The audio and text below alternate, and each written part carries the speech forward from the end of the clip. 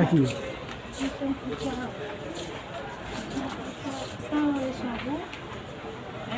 É? Dio não vai poder shopping over. Mesmo. Vai gente ficou assim. Você vai entrando seco. O galho saiu. Máquina não video. Eu gosto. Essa vai ser bom, hein? Vem cá. Máquina para que ele não lá faz vídeo.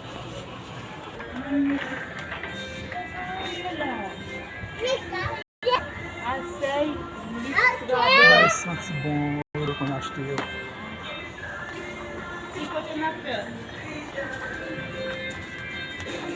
Ah, chato.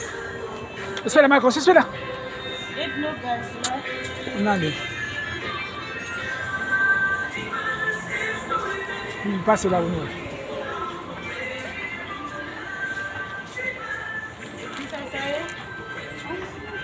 Mais savon, on a mis le si vous avez savon pour laver, pour baigner.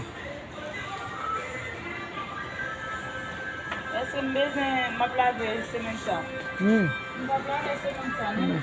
Mettez là. Non, moi pas. Bon, bah ça me besoin acheter. Il va y avoir une dame là, mais. Bah il y a un gros bien. Ah. Mais nous sorti, Nous sorti, nous sorti.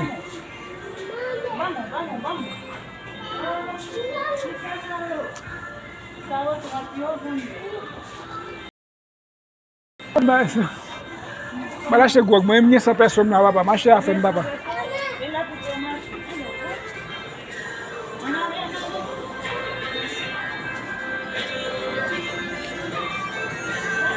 Nele, hein?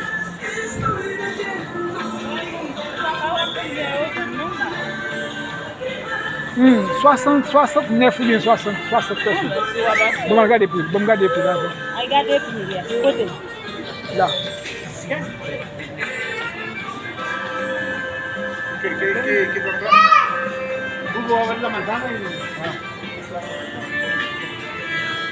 Je suis à un petit. 75. Ah non, La realidad del momento.